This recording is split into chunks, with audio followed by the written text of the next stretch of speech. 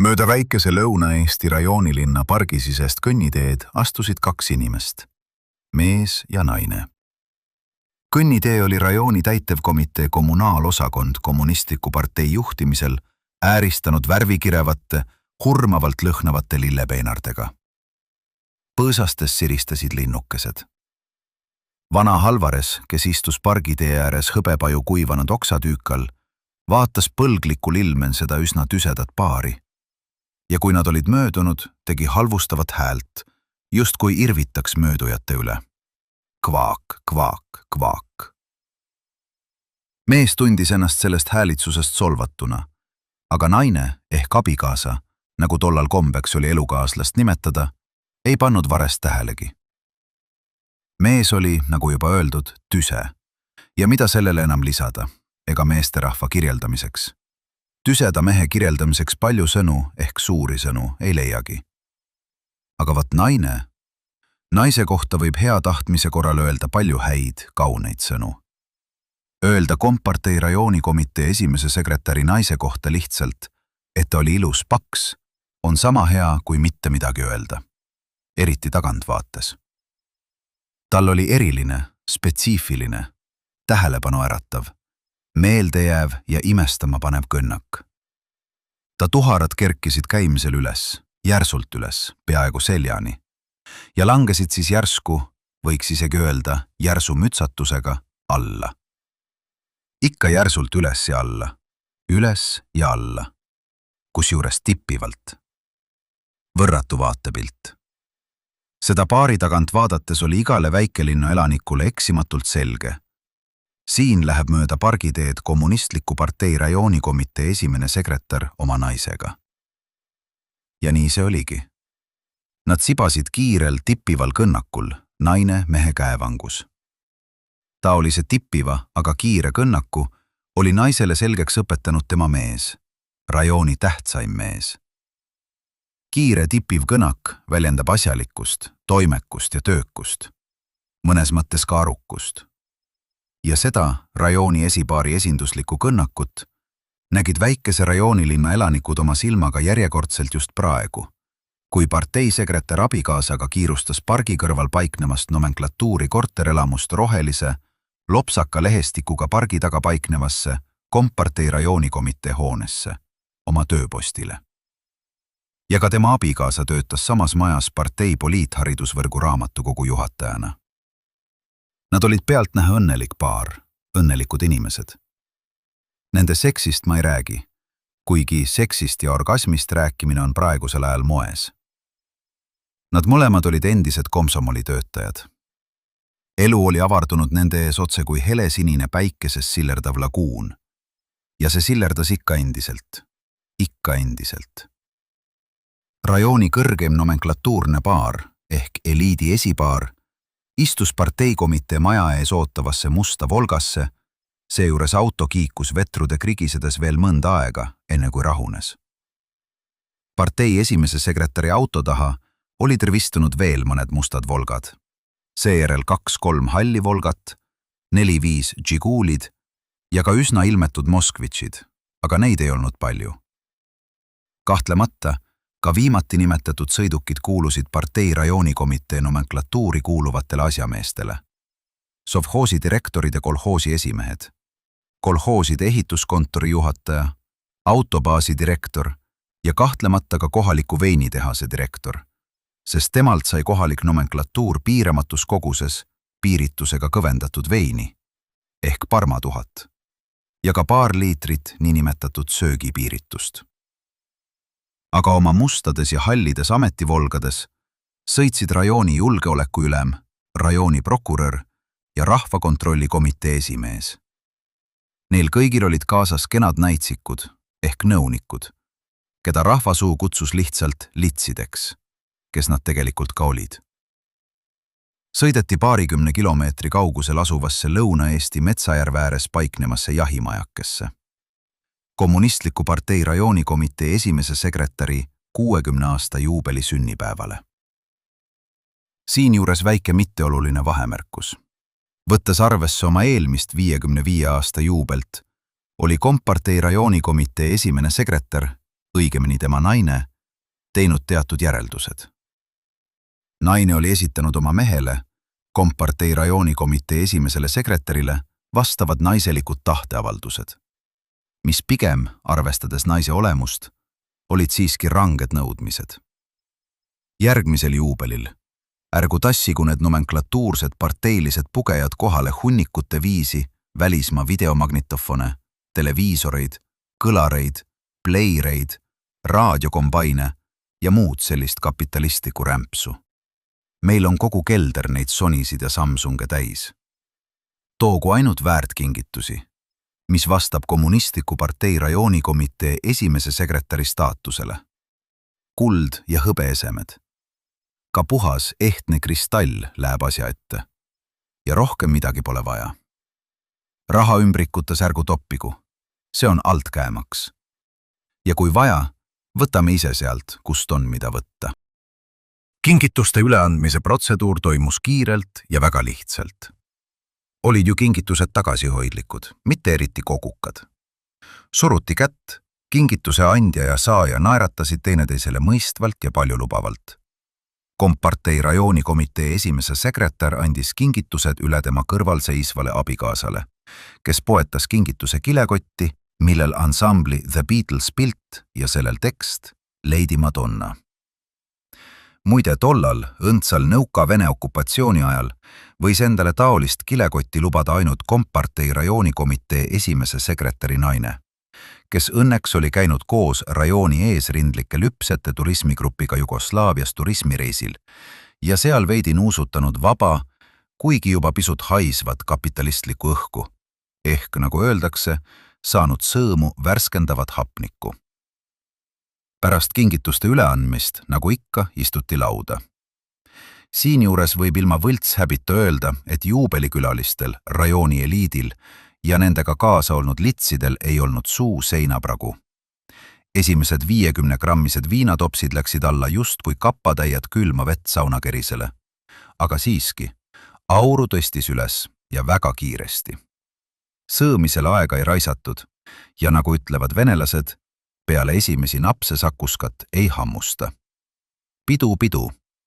Pidu kogus aina enam hoogu. Kompartei rajoonikomitee esimene sekretär oli unustanud oma paksu naise kohalolu ja tegi silma prokuröri kõrval istuvale Komsomoli rajoonikomitee esimesele sekretärile, tõelisele iludusele, sihvakale, rinnakale, kaunite tumedate juuste ja musta kulmukaarega, sinisilmsele partei järelkasvule. Pidutsedes möödus aeg lennades. Nomenklatuursed juubelikülalised, need, kes oma tööülesannete tõttu oli kohustatud säilitama enam-vähem selge mõistuse ja kaine olemise, otsustasid, aeg on alustada peokõnedega enne, kui see alkohoolikust kompartei esimene sekretär täiesti laua alla ei jää. Õhtu juhtimise võttis enda peale rajooni KGB ülem. Ta viipas vastasistuvale kolhoosi esimehele. Tavai, lase käia. Hakka oma melaga pihta. Kommunismi võidu kolhoosi esimees ajas oma koguka kolhoosi esimehe kere laua tagant välja, tõstis viinaklaasi kõrgele, kõikus veidi edasi-tagasi, aga saavutas siiski tasakaalu ja alustas oma kolhoosi esimehe lihtsat maamehelikku juubelikõnet. Me soovime sulle, kallis kommunistliku partei rajoonikomitee esimene sekretär, palju edu ja jõudu meie kolhoosi korra, mis tõi õnne meie õuele, edasisel tugevdamisel ja lehmade väljalüpsi suurendamisel. Sa märkisid väga õigesti oma viimases artiklis rajoonilehes, et rajoonis on lehmade keskmine aastane väljalüps 10 000 liitrit lehma kohta. Kahtlemata me mõistame, et taoline parteiline loosung on kujundlik, kuna meie lehmade väljalüps ei ületa siiski mitte 2000 liitrit aastas. Aga teie geniaalne ettenägelikkus, visioon, on meid edasi viiv sõnajõud. Vat see on see, mis maksab, mis annab usku edusammudesse, annab jõudu ära oodata horisondi taga terendava kommunismi võidukäiku meie kolhoosis, rajoonis ja maailmas tervikuna. Ja selles mõttes oled sina, kallis seltsimees, meile asendamatu. Võiks isegi liialdamata öelda, et surematu.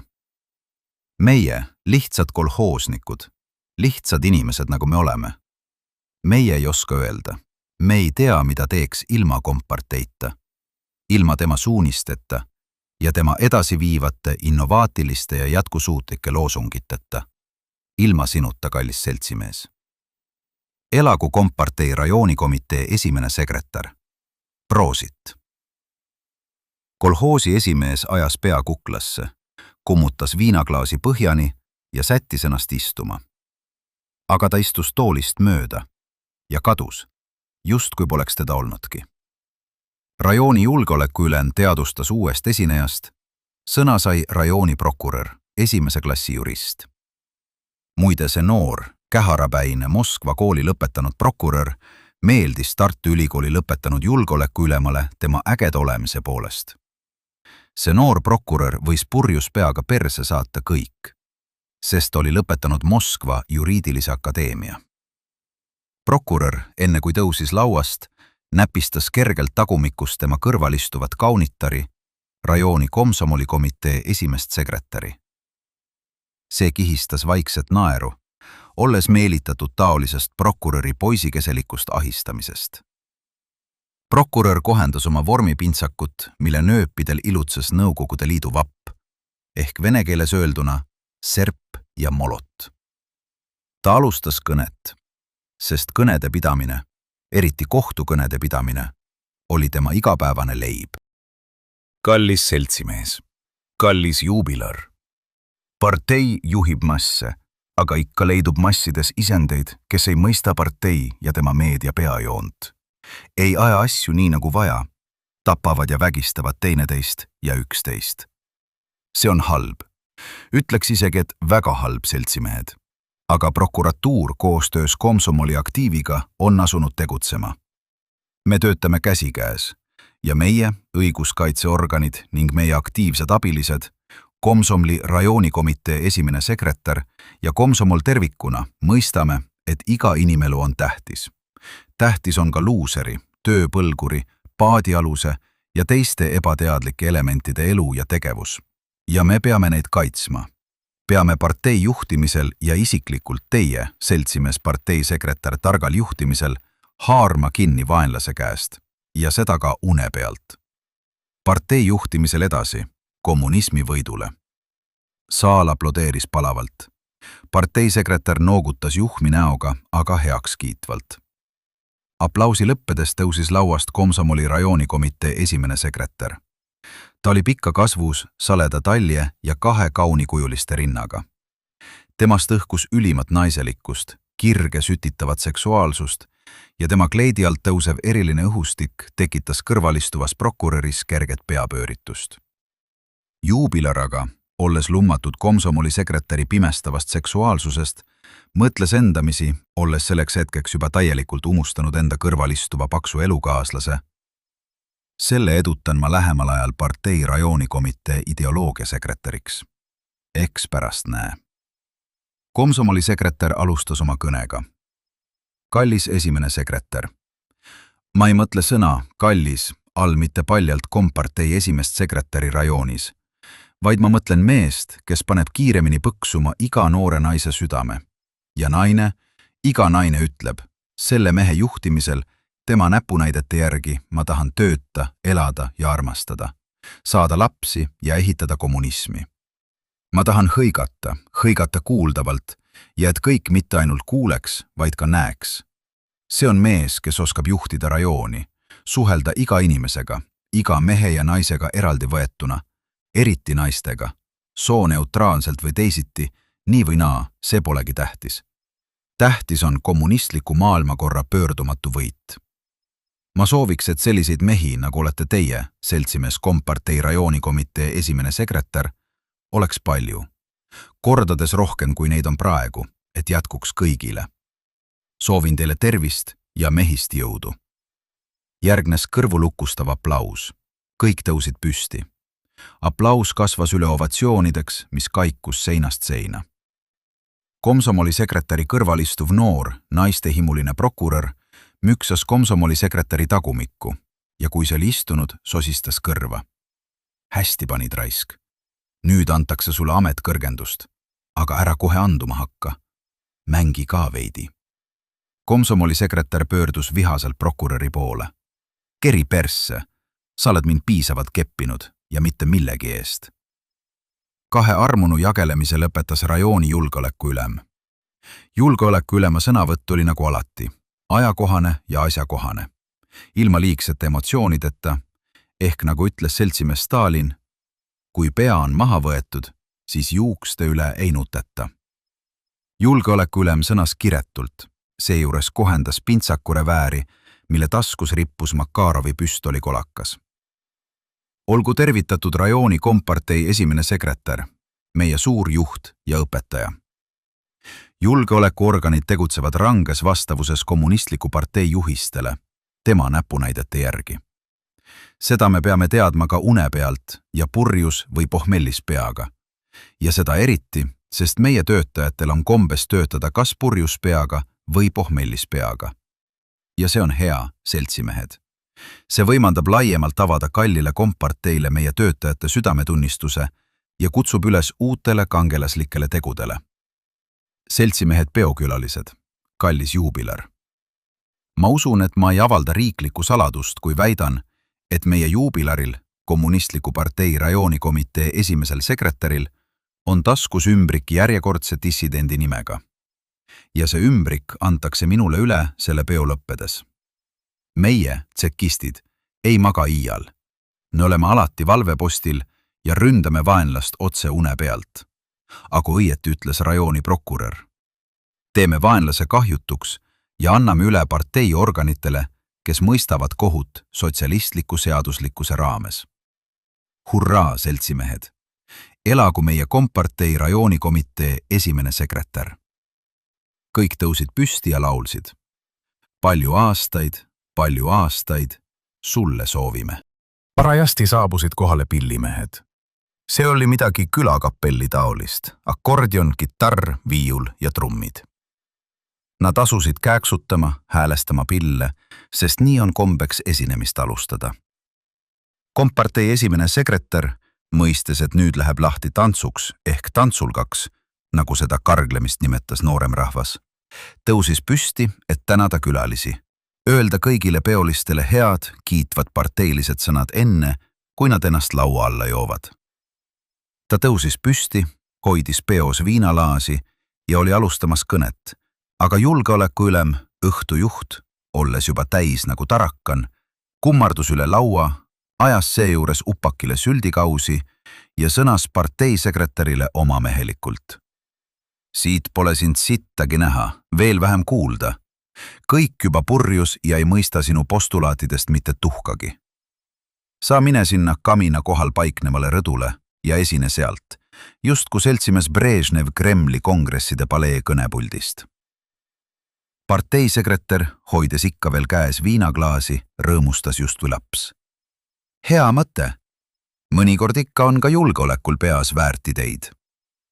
Ta lükkas tooli eemale ja võttis suuna trepile, aga naine haaras temal kuuesabast. Kuhu sa tola, purjus peaga ronid? Parteisekretär rehmas käega. Pea lõuad, vana it. Ta tõusis kiirel tippival, kuigi veidi ebakindal kõnnakul, mööda treppi üles teisele korrusele. Parteisekretär jäi seisma kamina kohale ja toetas oma soliidse kõhu kamina kohal paikneva teise korruse rõdu sepistatud rauavõrele. Tagalauas istujatele paistis küdeva kamina valguses, justkui praetaks kamina kohal tursket seakeret. Trepist üles tõustes oli parteisekretäri hingetorru kerkinud mingi tromp. Ta rõhitses sea moodi ja sülitas ilge läraka ülevalt alla. Lauas istuvale kompartei rajoonikomitee teisele sekretärile pähe. Seejärel võttis viinaklaasi paremast käest vasakusse, kattis vasaku ninasõõrme pöidlaga ja nuuskas paremast ninasõõrmest tatti üle teise korruse raudrinnatise. Kordas sama protseduuri vastupidises järjekorras. Ilmselt oli tema puhul tegemist koroonaviiruse järelnähtutega. Seejärel tõstis viinaklaasist vaba käe kõrgele, vehtis rusikaga ja karjus üle saali, olles joodud alkoholist, koroonast, mis oli juba ta ajusse tunginud, ja olles kompartei rajoonikomitee esimese sekretäri võimust sattunud justkui deliiriumi joovastusse. seltsimehed, ma tänan teid kingituste eest. Need olid asjakohased ja juubeliväärilised meened. Ning see jätkub samal moel ja samas vaimus ka edaspidi. Seejuures partei kuulutab pidulikult, minu järgmise juubeli peame juba õitsva kommunismi viljastavates tingimustes. Seltsimehed, me elame tähelepanuväärsel õnnelikul ajal. Elagu Nõukogude Liidu kommunistliku partei peasekretär seltsimees Brežnev. Nii tahaks elada. Elada igavesti sellel kaunil epohhil. Veel enne, kui juubeliseltskond jõudis asuda plaksutama, rinnati see raudvõre praksatas ja vajus longu. Koos sellega lendas pea ees rõdult alla parteisekretäri tüsekogu. Esireas seisvate aplodeerijate käed tardusid, aga tagapool seisjad, midagi märkamata, aplodeerisid tuliselt ja ülima püüdlikkusega, soovides tõmmata endale parteisekretäri tähelepanu. Üle saali kostus tume mütsatus ja siis mingi imelik raksatus, justkui oleks murdunud kellegi kaelaluu. Kompartei sekretär lamas kõhuli põrandal, aga tema pea vaatas imelikul kombel selja taha. Ta ei liigutanud ennast, ei teinud häält. Vaikuses kostis rajooni komsomolikomitee esimese sekretäri naiivne naiselik küsimus. Kas ta on surnud? Kas peol ongi lõpp? Tema kõrval seisev noor kähärapäine rajooni prokurör, olles keskmises joobes ja soovides daami ees bravuuritseda, sõnas antud olukorras üsna kohatult. Temaga on lõpp, aga laipu on ennegi nähtud. Rajooni julgeolekuülem kohendas oma pintsakut, mille vasakus taskus lebav Makarovi püstolikolakas kiskus alati pintsakurevääri viltu ja tekitas ebamugavust. Olles pintsakurevääri õigeks sättinud, lõi rajooni julgeolekuülem nördinult käega ja sõnas kellegi poole pöördumata. Viina võtmisega on selleks korraks lõpp. Siiski, ümbrik järjekordse dissidendi nimega jäi ju parteisekretäri taskusse. Haaran jääb seekord ära, aga viina on võetud enne komparteid ja jätkub ka ilma komparteita. Jõudsidki selle loo lõppu. Loe ja kuula ka minu teisi lugusid.